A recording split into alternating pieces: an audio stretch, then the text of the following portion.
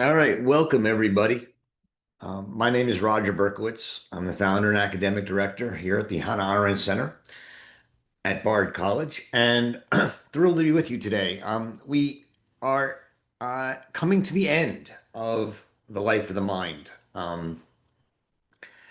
and it happened somewhat at a hard time schedule-wise. So we've taken the last 3 weeks off in August, and I know it's hard to jump back into a text after 3 weeks off, especially a text this complicated in which the last chapter, um, uh, makes you dizzy with Nietzsche and Heidegger. Um, I know the last time I taught this book on the virtual reading group, we spent 3 weeks on these four chapters, and today we're going to spend 1 week on them because we wanted to try and get going on a new book next week on revolution. Those of you who've read to the end of this book of Life of the Mind know that in many ways it's a perfect segue. Um, uh, the Life of the Mind ends, right? Um, by raising again the question of action and of freedom in action. Uh, in a sense, the entire book on willing, which we've just been spending so much time on, is said by Arendt to have been a false path. Um, we've gone through this history of willing as one of the faculties of the life of the mind. Um, and we've looked at the um, uh, rise of a particular understanding of freedom, freedom of the will, an internal freedom, um, which she says was discovered largely by the Christians. Um, and she thinks there's a reason the Christians discovered it, right? This inner man, this inner free will. And the reason is because they hate it because it's the faculty of our thinking that leads us away from God or leads us away from reason if you're a philosopher. Um, it's the non-rational, willful philosophy, and thus philosophers and theologians distrust will and distrust freedom and set themselves against it. And so, in reading this whole history, right, sort of a prehistory in Aristotle through Proeresis, but then really the history of the will through Paul, Augustine, Epictetus, um, uh, um, and uh, uh, and then up to Duns Scotus, um, we're telling a history of what she calls the internal, the discovery of an internal man or inner man. Um, and Arendt values this discovery of human freedom as the power to begin, as the power to will contrary to reason. She's especially going to value Duns Scotus's uh, um, contribution, which is that freedom uh, brings with it contingency. Freedom brings with it evil or the possibility of evil. And all the other Christian and secular philosophers, as a result, tamp down on will and freedom. But Duns Scotus says, no, contingency is the price we pay for freedom. That to save freedom, we have to embrace will and contingency as a positive mode of being. Scotus, though, is still part of this tradition, this Christian philosophical theological tradition, in which freedom is seen as an internal idea. And yet, because of his defense of contingency, his really radical defense of contingency, and she thinks is the only one in the entire tradition who does it. Um, uh, he opens the door to another idea of freedom, one not necessarily associated with the will. Um, and so, what's sort of a shocking realization when you come to the end of these, 150, 200 page section on willing that we've just read is that the entire section is largely an account of the wrong path. The way that the Western tradition of philosophy has largely misunderstood the will and has misunderstood freedom as a result. And that's the real kicker, right? Is that by misunderstanding the will and thinking that the will is this internal property that needs to be controlled by our reason, we've misunderstood and undervalued and not really taken seriously the problem of freedom. And so her volume on willing is a case study in how not to think about freedom. This is, Arendt begins this whole book on the life of the mind by saying she's not a philosopher, and there's a certain arrogance for someone like her to write this book. And you could imagine, someone saying, "God, you were under, you that was that was an understatement." To now say that, okay, most philosophers don't talk about freedom, but to the extent they talk about freedom, they talk about it through the will. And we're going to go through this whole history of how philosophers connect freedom to the will, and then say at the end they were all wrong. Uh, but I'm not a philosopher. Is a kind of bold statement, and yet it's where she ends up. And what she wants to do at the end of this section on willing, this book on willing, is to say that there's another way to think about freedom, not connected to willing. We have to free freedom from the will. We have to free freedom from the freedom of the will. And this other way of thinking about freedom, which we see a hint of in Duns Scotus in the valuation of contingency, the embrace of contingency, um, is is political freedom. Freedom not as an I will, but as an I can. Freedom as a power, and that is where Arendt is going to end up at the end of what we read today, and thus at the end of the book on willing. Um, it's a great segue for us because the book in which she most um, directly and cogently seeks to understand freedom is on revolution, right? Which is the book she talks about at the end of this chapter and the last chapter of the Life of the Mind that we have. And it's the book we're going to read next in the reading group. So it's a well planned continuation. Um, that said, let's go through the text we read for today. As I said, um, there's a lot of difficult texts here. If I'm gonna not be able to, just for time's sake, I'm not gonna be able to go into the weeds of Nietzsche and Heidegger as much as I might like. Uh, if you're interested, I will say that I think 4 years ago, we did in 2021, we also read The Life of the Mind in this reading group.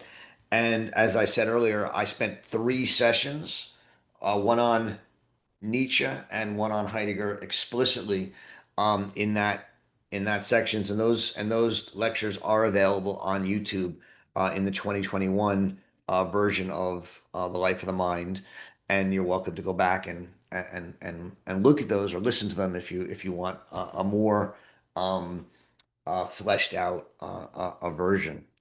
In any case, Arendt begins in chapter 13, which is called German Idealism and the Rainbow Bridge of Concepts, by saying that willing begins as a problem for Christian philosophers who are obsessed with, why the will resists the reason of God, right? I think hopefully we've gotten that by now. Um, and Augustine inaugurates this inquiry after Paul, and then Duns Scotus breaks with the rational subordination of the will and finally says, no, let's free the will from reason. Well, Duns Scotus writes in the 13th century, right, as the last of the people we've talked about. And she's now going to skip to Nietzsche, writing at the end of the 19th century. So she's going to skip 6 centuries. And she sort of says, how do I justify that, right? Well, a couple things. One is she's not doing intellectual history. She has very little respect for intellectual history. Nothing against intellectual historians. Um, but she says, look, I'm not. I don't think that you can. I'm not trying to sit here and say this person thought of the will this way and this person thought of it this way. This person and trace its history. She says that's not what I'm doing. I'm I'm trying to understand the problem of the will. And the problem of the will is its connection to freedom.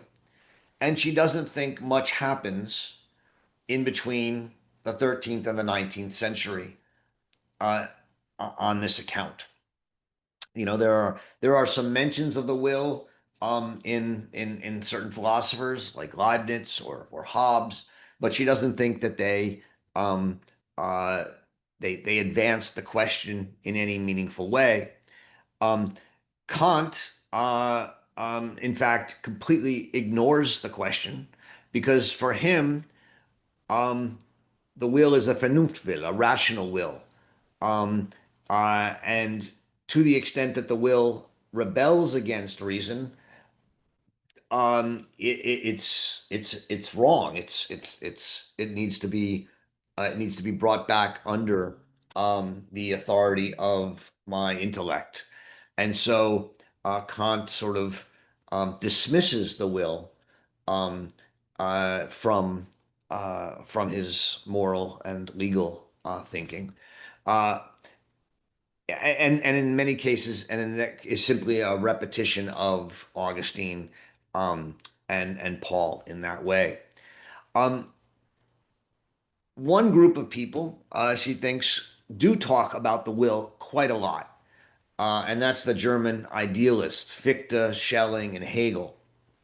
Uh, they elevate the will, and if you know their work, and if you read Sex Chapter 13, you'll see that the will is absolutely central for all three of them. But she thinks that their approach to the will is in the end not that interesting. Uh, they elevate the will, right? But they interpret the will as a metaphysical instantiation of being, a metaphysical idea of being.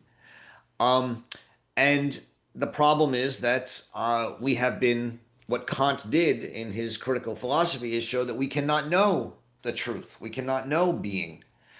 And um, and instead of dealing with that problem, she thinks the German idealists build this rainbow bridge of concepts that lead them back to the ideal of being for which they are homesick.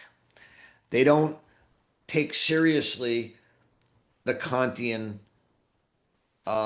insight, the Kantian uh, problem, which is that we are no longer have access to the truth of being, right? She thinks that on one level, the entirety of German idealism is a denial, a flight from the reality of the birth of the modern age, and the modern age, as she understands it, and she develops this quite clearly. If you're interested in um, uh, the last chapter, not the last section, but in the last chapter of the human condition, the long last chapter of the human condition is about the modern age. And what she says about the modern age is that in the modern age, beginning with Kant and the Enlightenment, um, the world is known, comes to be known only in cognition. We don't ever have access to reality, right? The ding an sich, the thing in itself of the world, is no longer something that we humans can know. All we can know is what we perceive in our senses. But our senses lie to us. Our senses deceive us. Um, and so we need to correct our senses through reason. And that's what, in many ways, all of modern science is an attempt to do, right? I mean, if you remember Galileo, right, one of the first great modern scientists, he looks up through his little telescope at the moon and he sees that the moon has dark spots and light spots. I mean, he doesn't see anything else. He sees dark and light. And he says, the moon has mountains on it. And not only that, I can measure how tall these mountains are because the dark spots, right, are the valleys where the sun hitting the moon is blocked, and the light spots are the mountains where the sun is hitting the mountains. And through principles of refraction and geometry, I can tell you how high the mountains are. And he ended up calculating it with incredible accuracy, with just a tiny little telescope and some calculus. Um, the point is that the scientists understood that our senses don't tell us the truth, that the truth is something we need to know through reason. Um, all previous ages, Arendt tells us, had possessed the truth, but no longer. And in the human condition, Arendt is struggling with what this means, right? What does this world alienation mean? This idea that we are alienated from the world and what we really know, the only time we can know things truly is what's in our head. And this radical subjectivization is the sort of core essence of what Arendt takes to be the modern age. Has its root in science, and but also has its root in a fundamental break with the traditions of religion or tradition that connected us to the world and made us think that we had access to a real world, and increasingly start to live internally um, in our in ourselves. One of the one of the great insights Arendt has in these chapters in the human condition is that um, secularization, which we often think of as taking us away from religion and to the world, is actually a taking us away from the world and moving us inside ourselves. Understanding that is absolutely central to understanding Arendt's thinking. That the modern age is an age of internalization, subjectivization, um, and this alienation from the world, this subjectivization of truth, should be um, deeply pessimistic because we no longer can know anything. We no longer can have a common world. We can no longer share a world with other people. And there's this worry, right? That we're now all sort of solipsistic little, uh, atoms that don't have any connection to each other, and we no longer have the Leibnizian idea that we're monads, but we're connected by some God that puts us all has the so that we all have the same um, understanding of the world in ourselves. Um, and Arendt says, and she goes, this is, again, another theme of mine that I hope someone will write a book on one day, because I don't think it's been done. That the answer that what delays the impact of the modern age and the loss of truth and the break in tradition is the rise of a fantasy of progress. Um, that the doubt that comes with the subjectivization of the world, of Cartesian doubt, is compensated for by the optimism that even though we don't know the world, science will provide us with an answer in the future. Um, but the point here is that the optimism that we will figure it all out, even though we can't access it, um, is always in the future. It's never in the present. It's always delayed. And it's not for me or for my friends and I. It's for all of mankind because science is a universal um, knowledge. Not it's not connected in any community or in any world. It's still alienated. It's still based on this idea of an Archimedean point, which is way out in the universe, a universal knowledge. And so Arendt says that um, the way that there's a tendency to that progressives, right? And by progressives, she means something a little different from what we mean, but progressives in the believe that we can compensate for um, the doubt and tragedy and loss of the modern age with the fantasy of progress rooted in the idea that there is a metaphysical being that we've been separated from, but that we will rediscover and we will reconnect to in some sort of fundamental world spirit or some, original will. Um, and Arendt rejects this as an escape from reality. Um, uh, she says that such systems like Hegel's world system, right, seek to reconcile the is and the oughts, the spirit and the matter. Um, and they do it by imposing a kind of coherence on history, right? That all of history is a logical unfolding. And Marx simply turns Hegel on his head and says, well, all of history follows laws of historical materialism, dialectical materialism. And if we understand those laws, we'll end up back at a communist utopia, back where we started, right before everything fell apart. Um, Arendt rejects all of these kind of um, uh, world systems, whether they're scientific systems or metaphysical systems. She thinks that they all follow rainbow bridges of concepts and don't deal with reality. The reality being that we live in a world that is broken and is irreconcilable. Um, and if we're going to um, be able to live in this world with freedom, we're going to have to found it anew. We're not going to simply be able to sort of pretend that we can have access to some world spirit and impose limits on it through these kind of concepts. And this is, again, a precursor of where Arendt is headed, that we're going to have to move our understanding of freedom, in a sense, jump our understanding of freedom out of philosophy and theology and the will and into politics. And we'll get there in chapter 16, the last chapter of the book.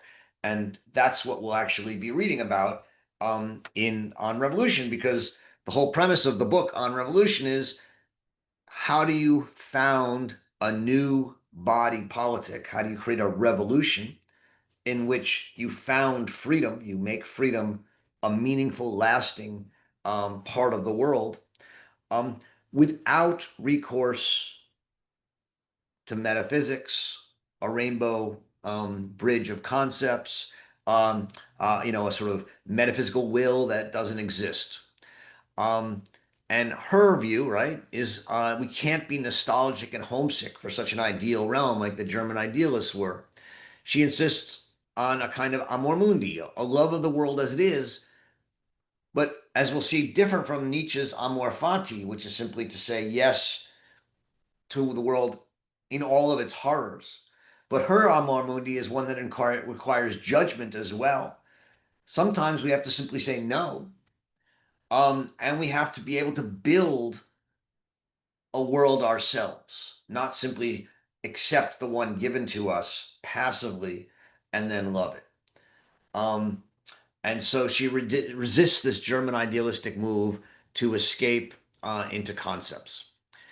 Um, she then turns to the only two other philosophers that she thinks have dealt with the will in a new way, in a way that is at least in some ways helpful. And it's helpful simply because both Nietzsche and Heidegger um, uh, uh, reject the idea that freedom is connected simply to the will, right? Um, and that and the interior idea of the will. Um, and they do so um, to a large extent because what they come to see is the will as destructive, or at least that's how Heidegger in the end takes it. Nietzsche's first move is to say that he elevates the will, right? Um, and says that the will actually is above reason in a certain way. The will is life. Um, and yet he so highly elevates will that it becomes so powerful that he has to repudiate it, right? And that's what this chapter, chapter 14 on Nietzsche is about. Um, she says that Descartes' doubt had been held in check by optimism and the progress of science, right? This progressive story. Nietzsche obliterates this optimism, right? He takes away that crutch that progress is going to provide us with a path um, to overcome uh, the sort of chaos of the world of freedom. He says that the idea of mankind as sort of a you know, collective entity doesn't exist on page 335. He says that the coherence of the world is gone. He cites that poem by John Donne. And the sun is put out, the fire is quite put out, everything's fallen to pieces, all coherence is gone, the world is ugly and inconsolable, right? He refuses the optimism of the scientists and the philosophers and the German idealists. He says there's a deep human desire to predict the future, to make to make science work, to think that the future will all work out, and that this is done in the world through what he calls and we call social science, right? The aim of social science is to make man predictable, to reduce humanity to data points, to make man comprehensible, so that we can make policy and optimize an outcome and lead to some better world. Um, the latest expression of this is simply artificial intelligence, right? That in a way, the new the new German idealism is Silicon Valley. We are going to overcome man's freedom and unpredictability and the lack of coherence in the world by by human calculations that will lead us to understand deeply human motivations and all the different things that go into making human judgment, and we will be able to, in a sense, lead man to a new nirvana, to a better place. Um, Nietzsche, of course, says no. Nietzsche obliterated this optimism and says that we have to, in a sense, accept the doubt. We have to accept the break in tradition. Um, and for Arendt, this break in tradition begins with the rise of science and ends with the Holocaust, which made it just simply apparent. Um, when he thinks about the will, Nietzsche himself understands the will as a two in one, somewhat like the two in one of thinking. But whereas in the two in one of thinking, we have a conversation with ourselves, the two in one for Nietzsche in willing is a command. And in that command, right, I will ice cream. Well, I command myself to get up and get the ice cream, or I will to spend the next 8 hours reading Nietzsche. Well, I have to then command the part of myself that wants to do something else to do it. And he says that we experience in will a sensation of pleasure. Um, Free will is a kind of passionate superiority towards someone, even part of myself that must then obey. And this pleasure or joy in overcoming any resistance, this triumphal feeling when we will and accomplish something for Nietzsche is at the heart of willing. See, what he's done is separate willing from um, the idea of freedom over and against reason, right? Willing is now a joyous act of commanding. And he now says that we have to understand joy different from pleasure. And given that we're about to have a conference on joy in a month at the RN Center, it's worth taking a look at these pages on 338 and 339, where he says that joy is outside the pain pleasure calculus. Joy is beyond pain and pleasure. Joy, he says, comes from an abundance, a luxury. It overcomes us, and we indulge in joy only after we've already satisfied life's needs, right? um you need joy is beyond what you need. It's what really is in abundance that brings something new. But once you understand that, for Nietzsche, that joy is about abundance and that will is about abundance, well, if what we enjoy is not stuff we need, one of the greatest acts of joy is utter destruction, right? I'm going to say that again. One of the greatest acts of joy is destroying things that we like. Because even though we like them and they're good, we don't need them. And we find incredible joy in our ability to say, oh, yeah, the earth, it's a good thing, but we can tear it apart and we can overcome it and we can triumph over our need for, it. And there's a joy in our power. That's what Nietzsche means by will to power, right? That the will and our freedom is this feeling of plenitude and abundance and power that we can um, act irrationally and destroy things. He gives two metaphors, right, for the will. One is the wave, the waves in the ocean that rise and fall and rise and fall. Um, and it just keeps on coming. It never ends. Will rises and falls, and every rise it enjoys it feels joyous in overcoming its resistance. And the end of this, right, is Nietzsche's famous sentence in The Will to Power that Heidegger and Arendt make so much of, which is that um, man would rather not will.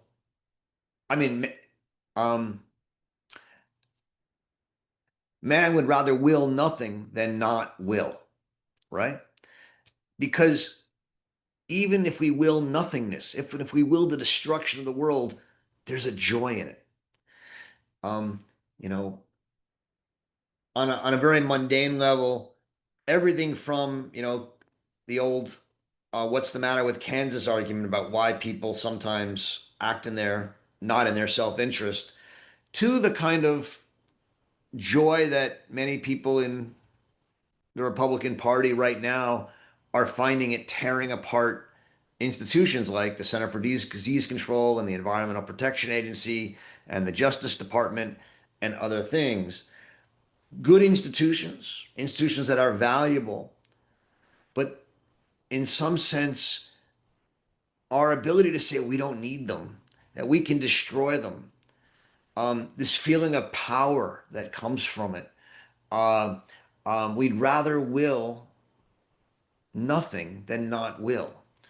Um, we'd rather will, um, right, neeks than not will. We'd rather be nihilists than simply do nothing and sort of live in a kind of calm but ultimately meaningless world. Um, and that's the destructive nature of human willing. that Nietzsche brings out, the destructive and joyous nature of human willing. The second metaphor that Nietzsche employs is the eternal return of the same, right? Which is at the very height of his idea here. But the idea is that if you've lived a life with pain and things that you've done that you regret, if you can say, I will eternally that everything I've done I would do again with no changes, every pain, every thought, every tragedy, I will again. I will all the pain and misery back. I wouldn't want to change it. Um, there's a kind of amor fati, a love of fate, which is incredibly powerful. And you feel joy in being able to say, yeah, I will all of it. To simply, uh, and in doing so, to accept the world as it is and the world as it has been, to accept the past, which you can't change, and say, I willed it, right? And that's a kind of willful repudiation of the will, which is the paradox of Nietzsche on willing. Um, the highest will, to say yes and accept all the past wills, takes away my power to will. Um, and so powerfully do we will that we repudiate will through our will. Um, and if we do that, we no longer can evaluate the world as good or bad, right?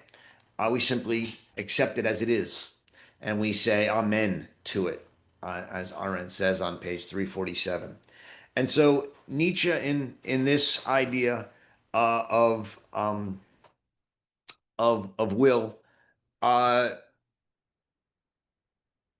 makes will into a kind of passivity, or well, a fully active passivity, so active and joyous and abundant that we simply say, we will that we not will anything else. We will simply that we will it as it has been, right? And that is sort of the height of Nietzsche's understanding of will. Heidegger uh, takes that idea in chapter 15, Arendt talking about it in chapter 15, and uh, and he turns it into his idea of the will not to will, right? Um, So Arendt says that Heidegger didn't talk about the will very much in his early work until about 1936 to 1938. Those are important dates because, as many of you know, in 1933 Heidegger joined the Nazi Party, and in 1934 he resigned or was fired, both sort of from rector of Freiburg University. He was relieved of his duties, banned from teaching. And in 1936 to 1938, he held a series of private lectures at his house on Nietzsche, which were published in 2 volumes, 4 lecture series, 2 volumes, Heidegger's books on Nietzsche. Arendt says that these are the turning points of his thinking, the famous Die Kehre in Heidegger's thought, um, and that the key of the turning point is that Heidegger turns against Nietzsche's will to power in between the first and second volumes in these books, right? Um, he comes to see the will to power, Nietzsche's will to power, as the will to rule and to dominate. And there's a certain biographical aspect to this, right? Which is he comes to see his mistake, as he calls it, in joining the Nazi Party, as an original sin which he finds himself guilty of. He thought he could um, will to make the world better and, in a sense, work with the Nazis and use the Nazis to build a new world. He thought that he could, uh, uh, in a sense, play a world, be a philosopher king.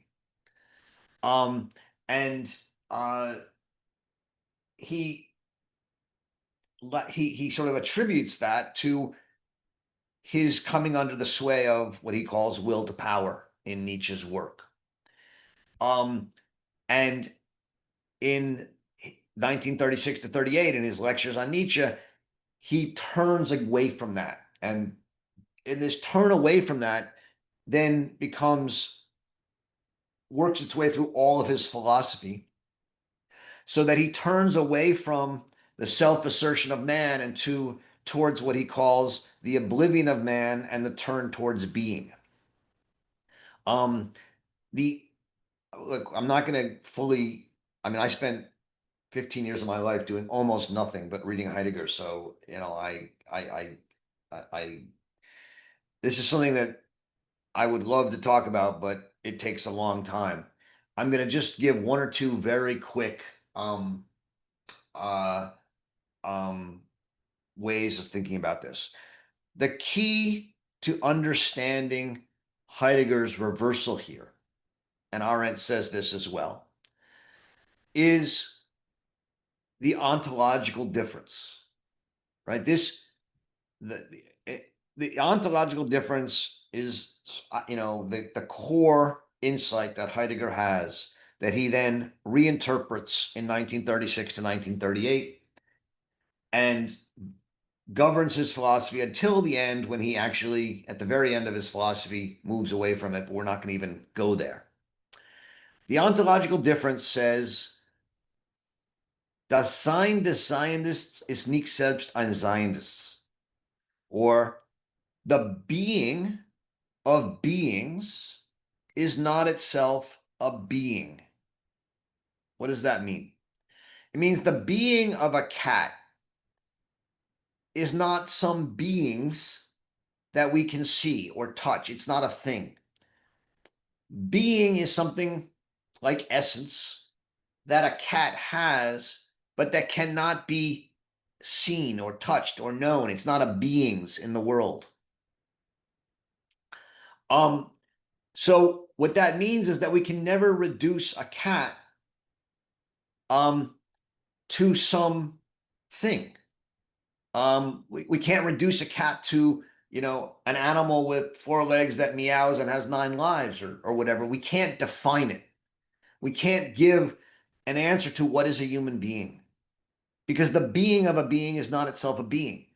There's always something that withdraws, that is hidden.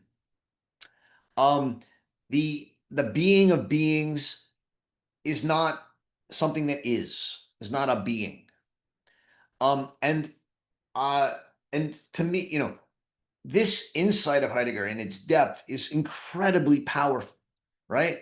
Because what it says is that there is a kind of dignity to all beings that is untouchable and unknowable. And he associates beings, isness, right? The things in the world, with will to power, right? For him, like Nietzsche says that will to power is part of the life process, will to power says yes to life.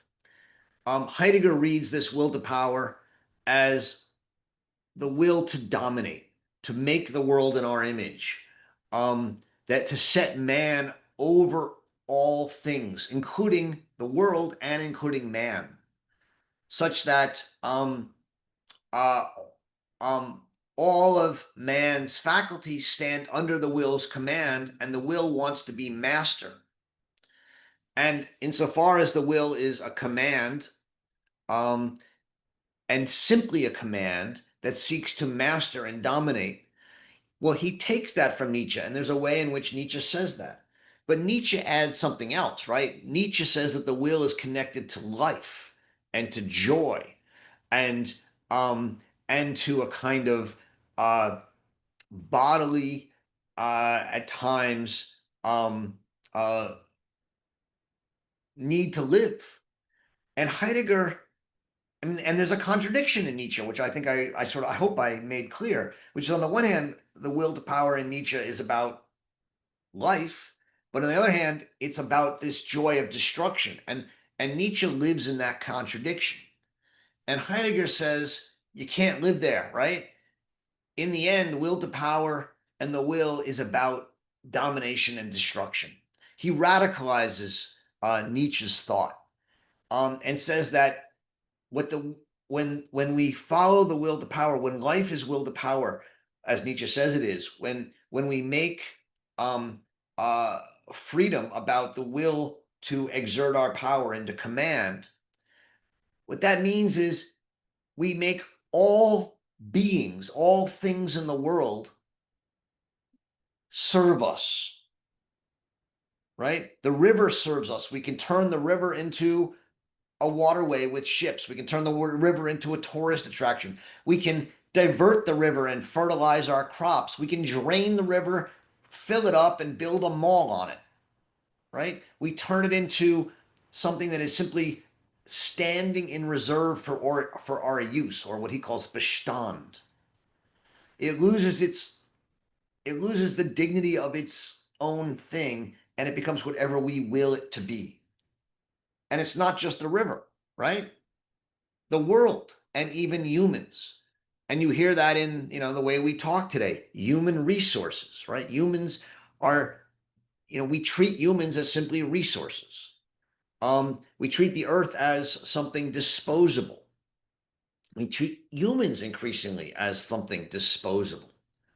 And this dominance of the will to power, which Heidegger understands that Nietzsche himself didn't put it in these ways, but Heidegger thinks that Nietzsche's insight into the will to power as this will to command and destroy has become um has become operative and dominant in the way we live today. Um, and he sees it as not only what motivated Nazism, right? This desire to destroy, but he also says it's the fundamental idea underlying Americanism. And by that he simply means that the American idea is one of progress, destruction, constantly reinventing and remaking, and therefore not respecting the sort of being, the dignity, the non thing like dignity of a river or a forest. We need the wood, we tear it down. We need the river to be this, we fill it up, right? And you want the ore out of the mountain, you cut the mountain down, and um that will to power, that destructive will to power, is for Heidegger, um, uh, becomes the essence of the technological age. Technology or technique is a way of knowing, and it's a way of knowing in which we know the thing, be it the mountain or the river or the human beings, not as who they are or what they are in themselves, but as how they can serve us. And Heidegger begins to rebel against this technological world, this world of will as will to power. And his response to it goes by many names, but one that Arendt here highlights is Gelassenheit, or letting be. The idea is to let the things be, to pull back and not act in the world, and to try and let the beings of the world be who they are. Let the river be a river, right? Don't make it a waterway or a resource. Let human beings be without imposing our will on them.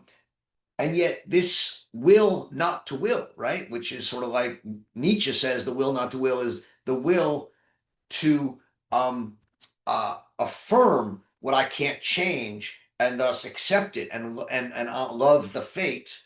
That's one will not to will.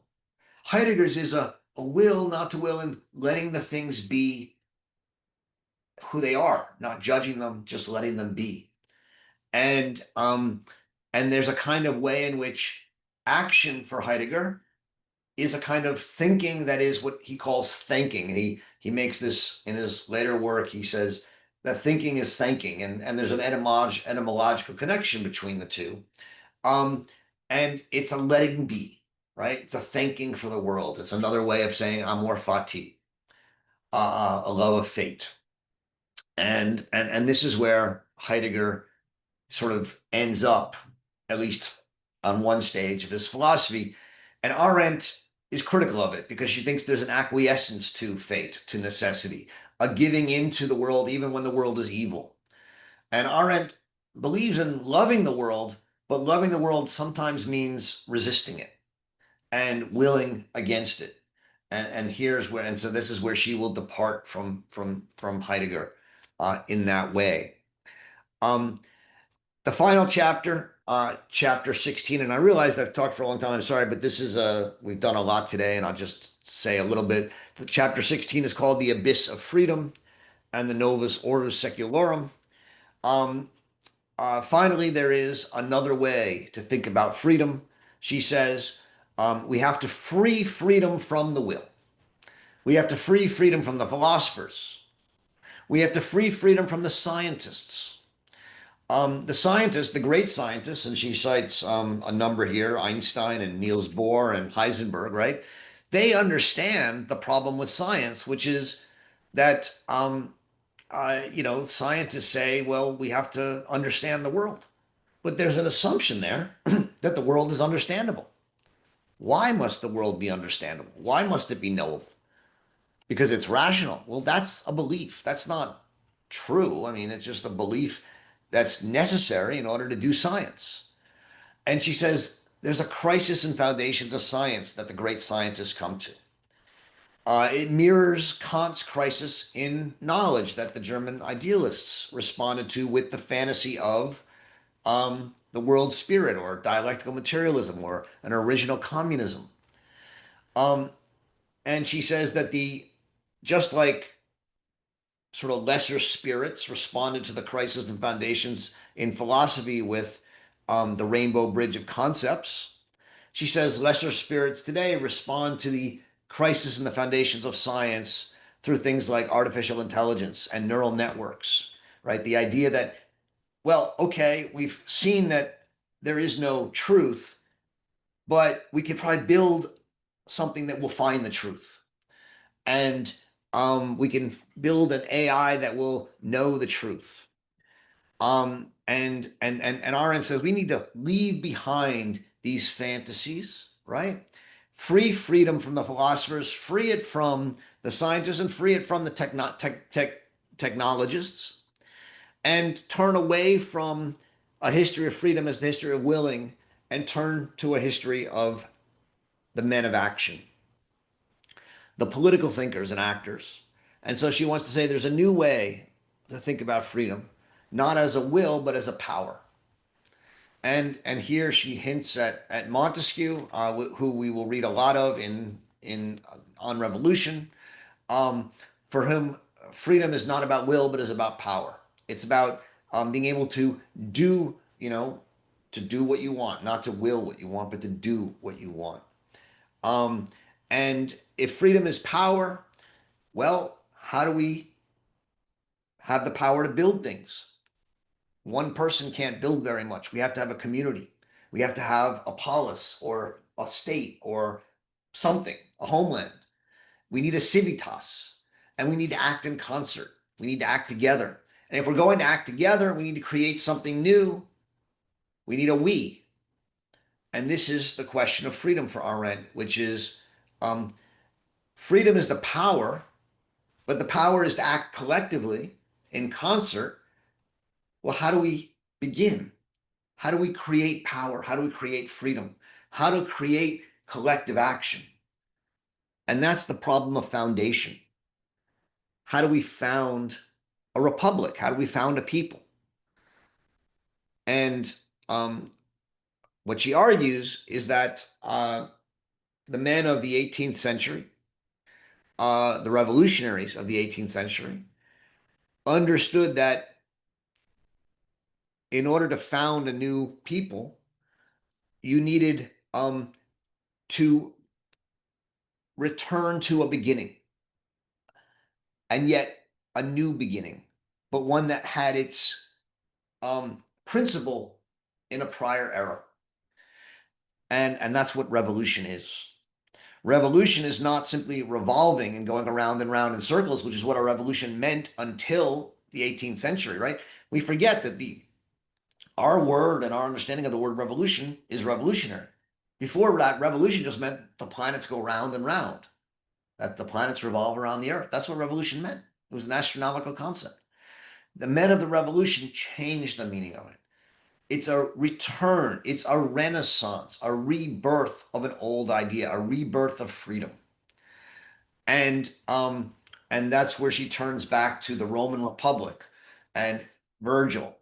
And what she says is that the two great examples of foundations in Western history that people of the revolutionary period turned back to were the Hebrews in Genesis and the Romans in the Republic.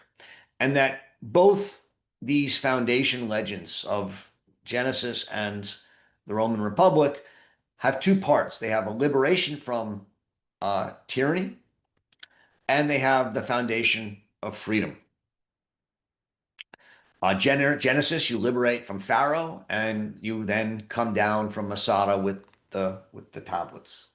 Rome, you destroyed Troy, and then after many years of wandering, you found the Roman Republic.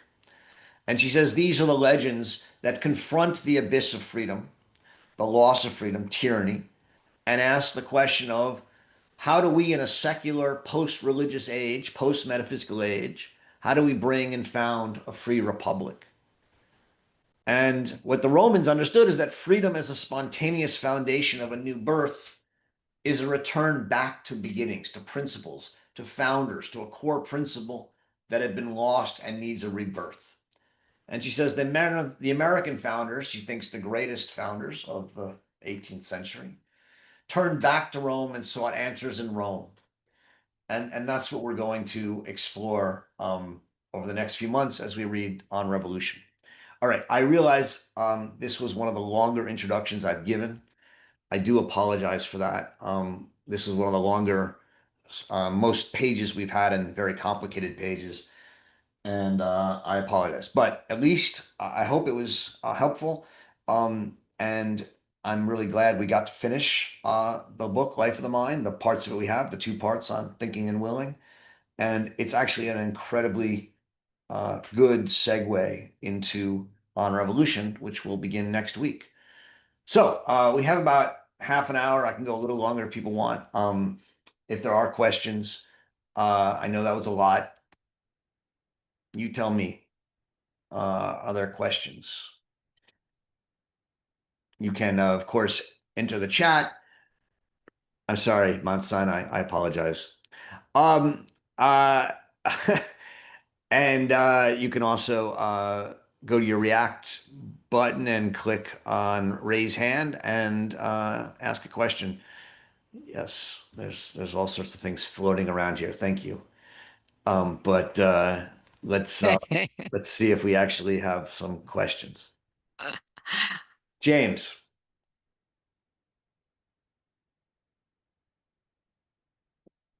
James, you there? James, you got to unmute. You're on mute.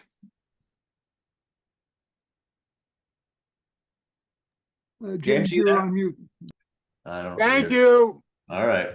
Jesus, Roger. No, it's not Jesus. Well, close to it. This experience that I just had listening to you was like what happened to me this summer. I don't want to know. I went away for a week, 10 days at the height of the growing season in my garden. And I come back to these final chapters of Life of the Mind and my garden. What you just did for my sense of what I read in Life of the Mind, I wish you could do in my garden. I came back and it totally overgrew.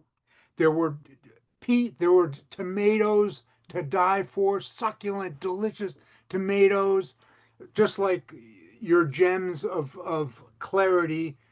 I'm sucking them up, and some of the pieces of the text were just so delicious and wonderful. And then there was this melange of confusion and weeds and overgrowth and such confusion. I couldn't make any sense. At times, I could not make any sense of the chapters we were reading, and uh, I- animals like Heidegger, Nietzsche, all these Duns Scotus, gophers, woodchucks, squirrels, deer, uh, uh, possums. Last night there were raccoons, skunks attacking my garden. I felt like I was reading my Life of the Mind and trying to figure out what the hell to do with my garden all at the same time. But you clarified a lot of things, and I wish you could come and organize my garden for me. But moving forward, you mentioned at the start of this session how challenging these chapters were. Remember that? Yeah. Yep. Moving forward into the future, any suggestions on how best to uh,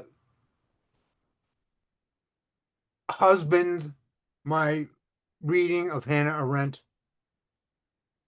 Yeah. First of all, it's a great question. And before I answer it, I want to say that um,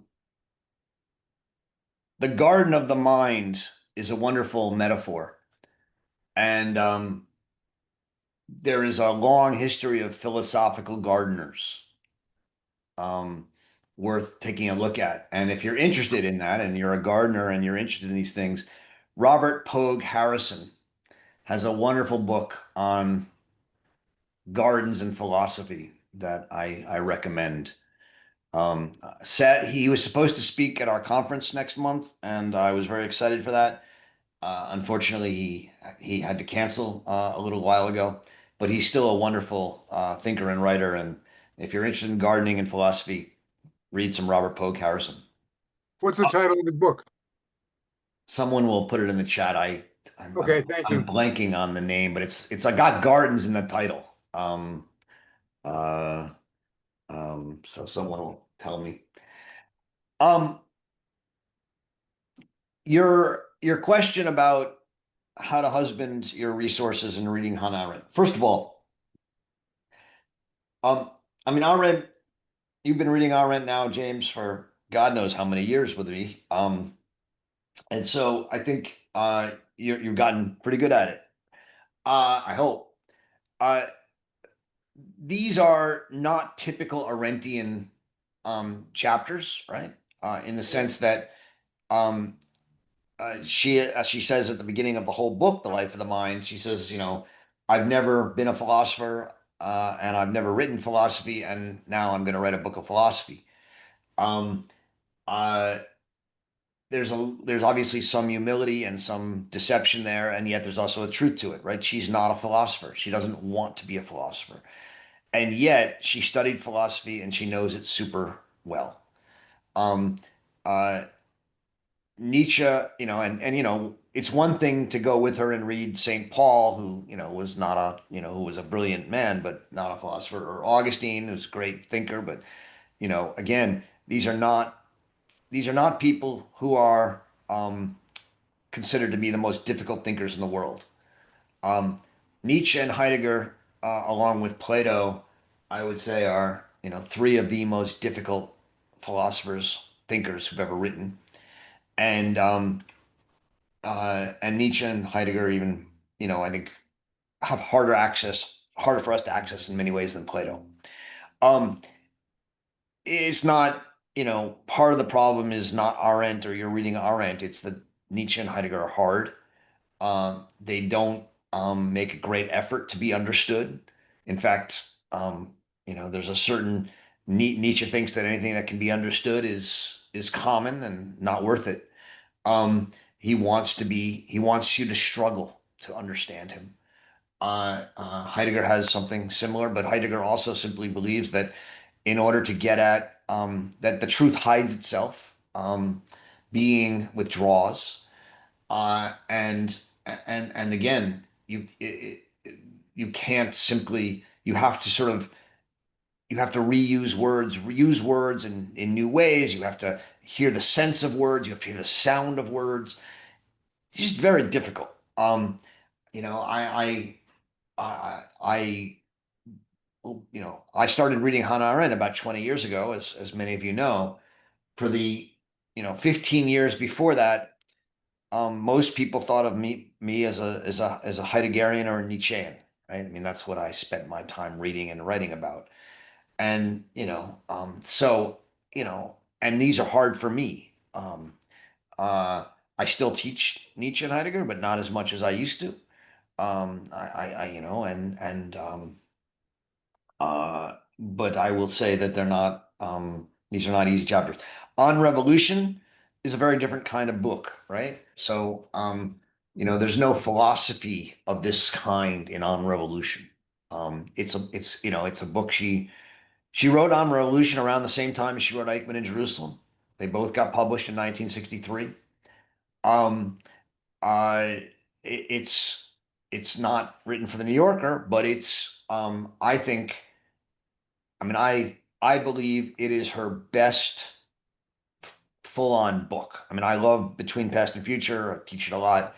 But if you want just a book that Hannah Arendt wrote as a book that is readable, and I think the most important topical book for what's going on in the world today, it's On Revolution, because it's about the foundation of freedom. It's about how do we found freedom in a world after the break in tradition. It's geared to us and our problem. And it's told through two stories, right? A negative story in the French Revolution and a positive story in the American Revolution, until the last chapter when the American Revolution goes bad and it becomes negative as well. So I would say that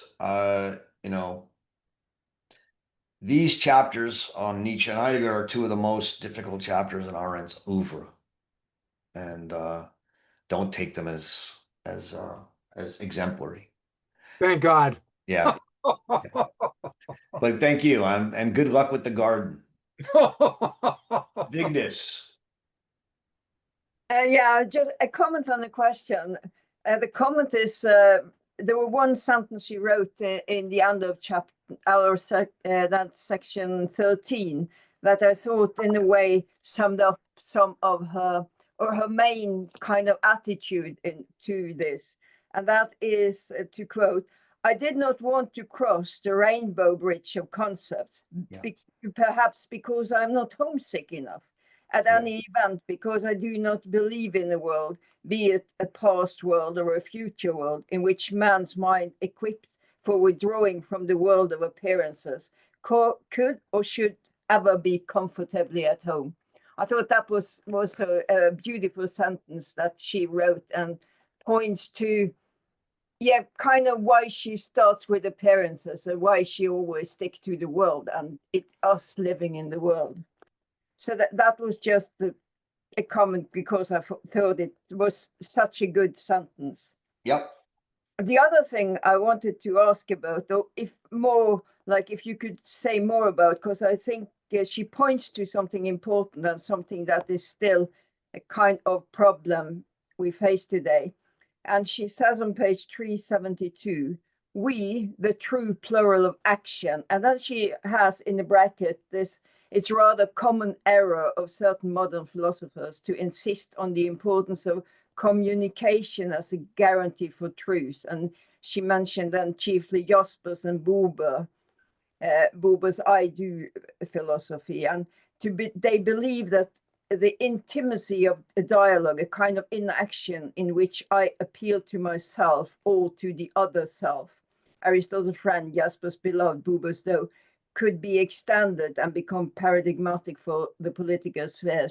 So I think, to me, this is a kind of, she's showing the difference in the dialogue thinking and the dialogue either within one person or a dialogue with another person, and what is at stake when we create a political we, and which I think, and I wonder if you agree, it relates to enlargementality, which is something that goes beyond this dialogue, this internal dialogue, or this two, just between two people, and you can't extend that. You have to to kind of go from that and into the we, which is something different.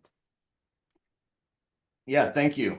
First of all, yeah, the comment you made is right on. I mean, Arendt totally resists the rainbow bridge of concepts because, as she said, she's not homesick enough. She calls herself the homeless one, at one point, and she's okay with being homeless, and that's part of the. I think that's one of the reasons Arendt is so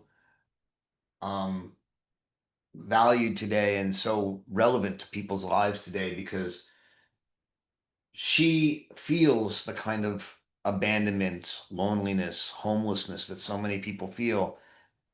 But instead of running away from it or healing it, she insists that we live in it. And that's sort of one of the really fundamental experiential foundations of all of her thinking. What you've said here on 372, yeah, is right. Hence political freedom is distinct from philosophic freedom because it is clearly a quality of the I can and not of the I will, right? And in the parentheses that you pointed us towards at the end of that paragraph, what she's saying is that there's a whole host of thinkers today. The most popular one today, and sort of a little bit post Arendt, was Jürgen Habermas, right? Who are known as thinkers of communication, communicative theory. And the idea behind this is that if we can just talk to each other in what's called an ideal speech situation by Habermas, if we can, take away what we all call, power imbalances and differences of understanding and nuance, and just talk and communicate directly with each other in a sort of ideal speech situation, um, we can all understand each other, and we can create a community. And she just doesn't think that that's possible. And so and even Carl Jaspers, who sort of has a communicative theory, she thinks is a mistake. And so what she's interested in here is, without the rainbow bridge of concepts, without any way of saying we can recreate a truth, that we can find through some ideal speech situation or some communicative theory or German idealism or AI or whatever, give up on the idea that there is a truth. Give up on the idea of being, right? And yet, how do we then found a we? How do we found a political community? And what she says in the next paragraph, right, is the we arises wherever men live together. Its primal form is the family, and it can be constituted in many different ways, all of which ultimately rest on some form of consent, whereby obedience is the most common mode of consent. So you consent to be part of a we by obeying. Just as disobedience is the most common and least harmful mode of dissent. And so, what she says about America in both her essay on civil disobedience and also in On Revolution, which we're going to read, right, is that America seeks to form a we based in consent, but one that implies the right to dissent. And that without the right to dissent, the obedience of consent is not free. And that's why she thinks that civil disobedience is a fundamental right in America and should be, and she thinks it is a constitutional right, but since it's not in the Constitution directly, she thinks there should be a constitutional amendment specifically guaranteeing the right to civil disobedience as collective dissent, right? If you're interested more in this, I just published a little book on Arendt and Thoreau called On Civil Disobedience, Henry Thoreau and Hannah Arendt. And I have a long introduction where I lay out this argument. On the next page, on 373, at the bottom, she says, no matter how this we is first experienced and articulated, it seems that it always needs a beginning, right? How do we, she said in what I just read, the we arises when men live together. Okay, great. But how? How does this we begin? It needs a beginning. And nothing seems so shrouded in darkness and mystery as this in the beginning.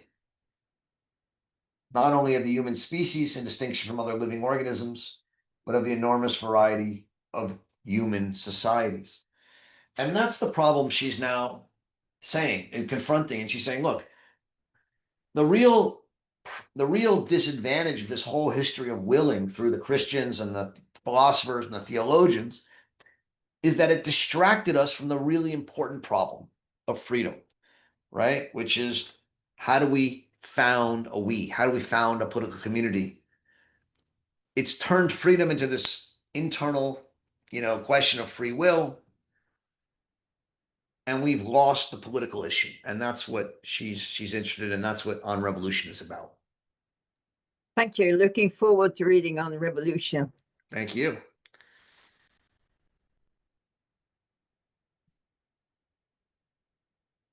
Other questions, comments? Ken. Hi, Roger, and everybody. I'm wondering, since we're coming to the end of this book, if you would say something about judging or refer us to any good essays or books on judging. Yeah.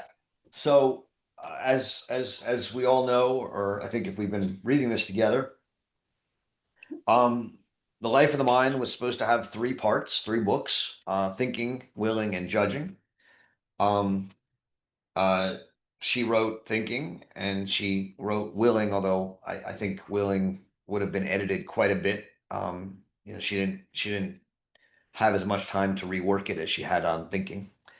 And then she unfortunately died with the epigraph to the part 3 on judging in her computer. That doesn't, and I think one of the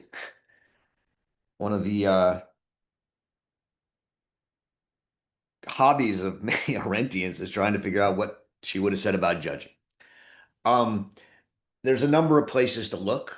So by the way, the last time we read this book in the reading group, we then went and read a number of her works on judging. So you can go back and look at that as well if you're interested. The main one, of course, is her lecture series that she gave at the New School on Kant and political judgment. And that's probably was going to be the foundation for what she was writing. But there are other places to look as well. In The Crisis in Culture, an essay in Between Past and Future, which we've read a number of times, she talks about judging. And there's some other essays as well. There's been a number of people who tried to write about her. Ron Beiner has obviously, he edited the Kant lectures.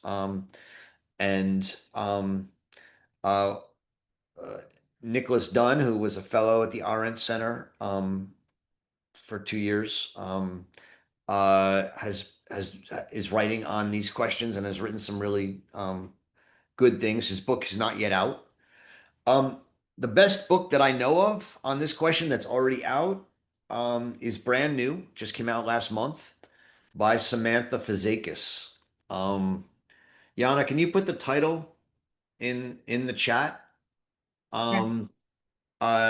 It's published by De Gruyter. It's actually in a series I edit. I was on her dissertation uh, board, and I thought it was spectacular. It's an attempt to, in a sense, discover Arendt's theory of judging, and I think she does a great job. So I'd recommend Samantha Fazakis's book on judging. Were you able to find the title? Maybe. There it is. Yes, Yeah. I just sent it. Arendt's unwritten chapter, judging. And so I'd recommend that. But I mean, the best thing to do is go read her essays on Kant's political thought. And start there. That's where I'd start.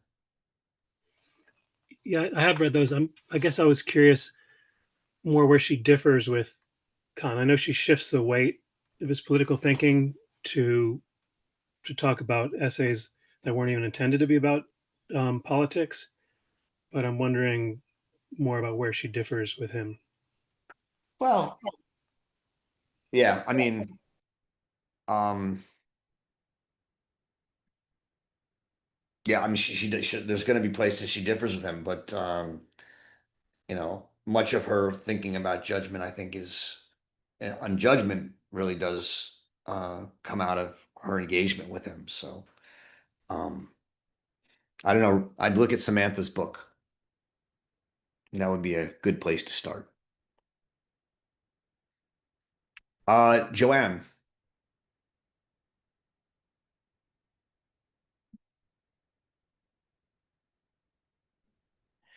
Yeah, I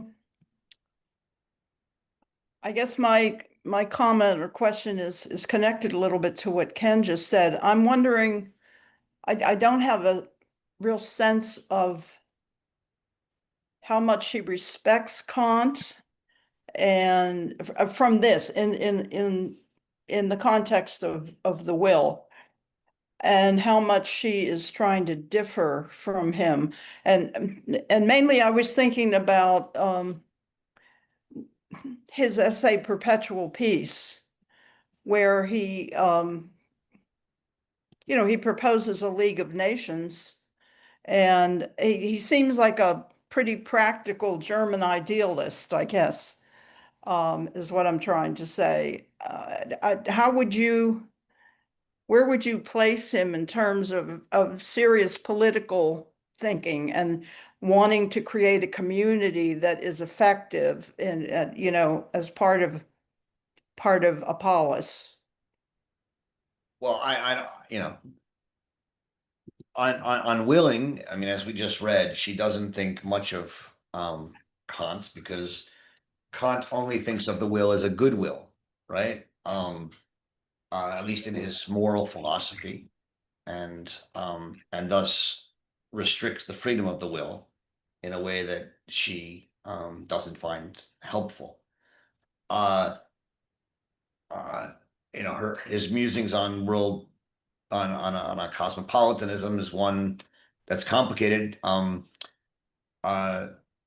We just have a book, the Hannah Arendt yearbook is coming out next week. It's published the 13th on tribalism and cosmopolitanism, and there's a number of essays, including some excerpts from Kant, in the book on cosmopolitanism and Kant's cosmopolitanism as it relates to Arendt. Sheila Ben-Habib does a great job in her essay in that book, talking about it. I talk about it in my opening essay, and then we publish Kant's thoughts on cosmopolitanism.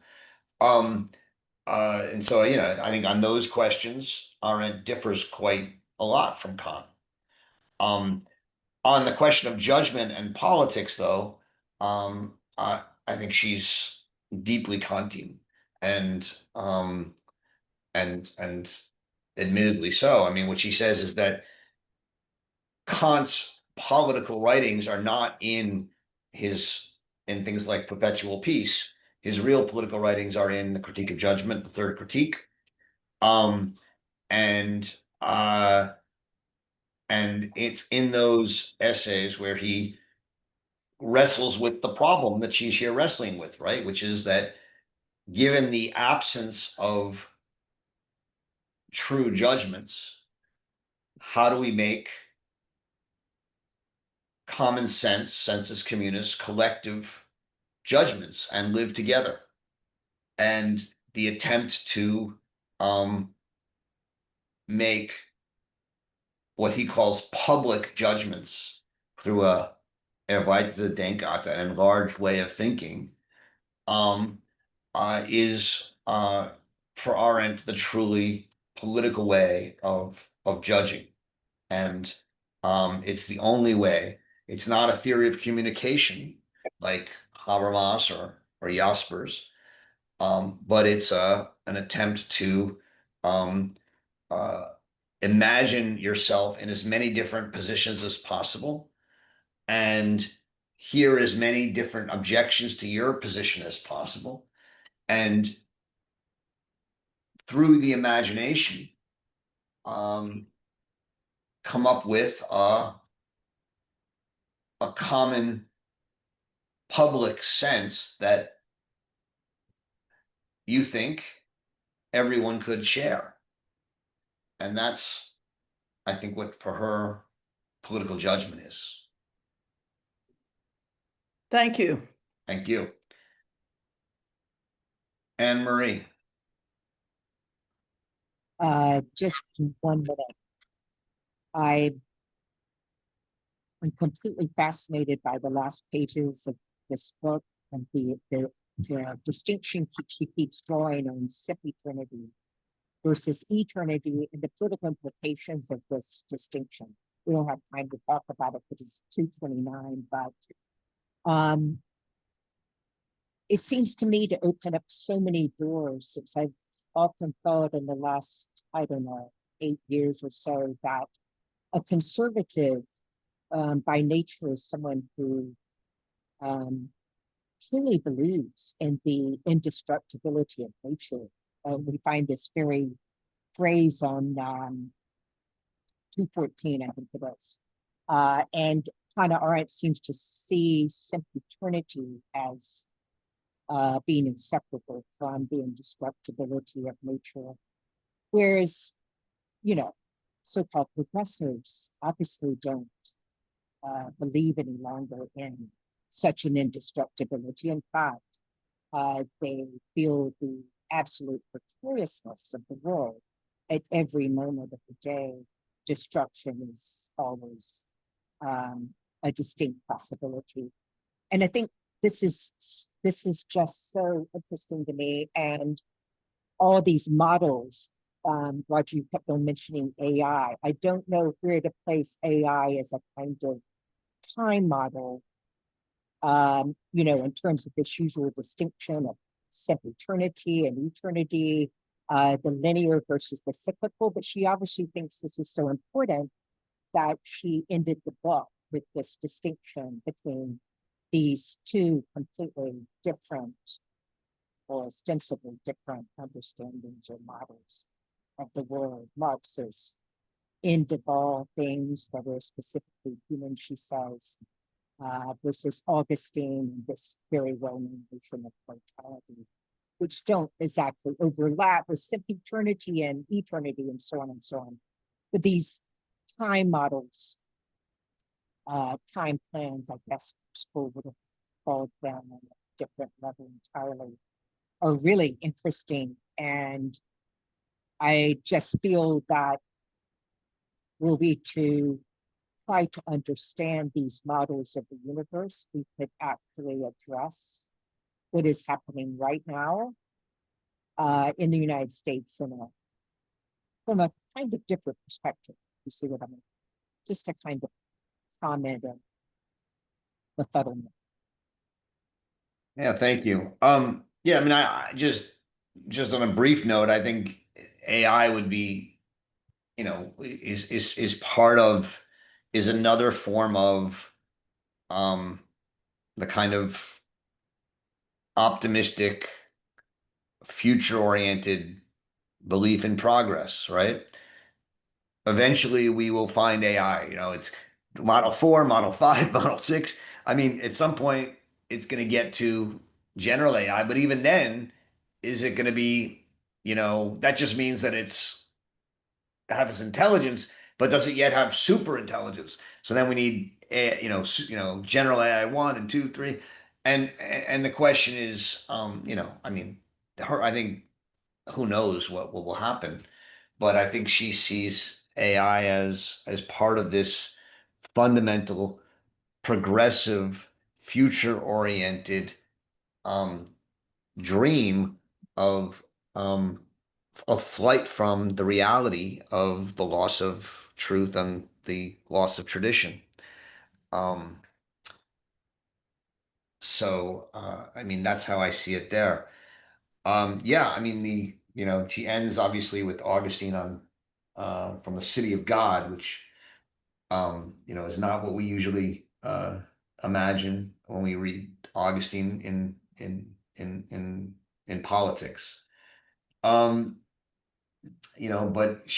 what she loves about Augustine is this idea that God created man as homo temporalis, right? That time and man were created together.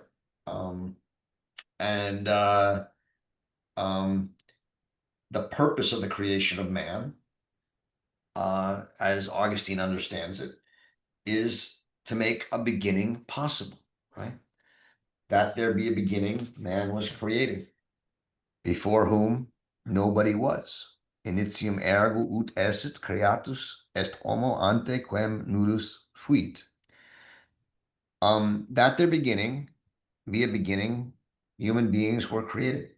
In other words, human beings or men are equipped for the seemingly paradoxical task of making a new beginning because they themselves are new beginnings and hence beginners. And that's what she calls natality, right? That the fact that fundamental to being human is that we are beginners. And in that sense, we're doomed to be free. A great line. No matter whether we like freedom or abhor its arbitrariness, are pleased with it or prefer to escape its awesome responsibility and some sort of fatalism, right? In the end, we're doomed to be free.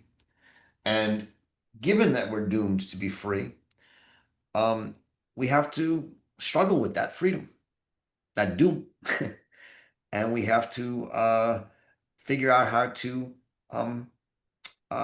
found political communities where we can live freely. And that's the task that she sees as the great task of our time. And I think it's still the great task of our time. Okay. Listen, I realize that this was a lot of work, a lot of pages today, and I appreciate your getting through it and some great questions. This was I love reading this book, and it's the second time we've read it together, so it's exciting. I think we've only read On Revolution once in this reading group, if I'm not mistaken. And it's funny because it's my favorite of her books. So I'm very much looking forward to experiencing it with you over the next few months. We're going to be reading, I think Yana earlier put the schedule in the chat, but maybe she can just put it in quickly again, or she just did. Yes. So it's there. You can check out the schedule. Very much look forward to reading with you. Enjoy reading Hannah Arendt, and I'll see you next week to begin a new foundation on revolution. Thank you all.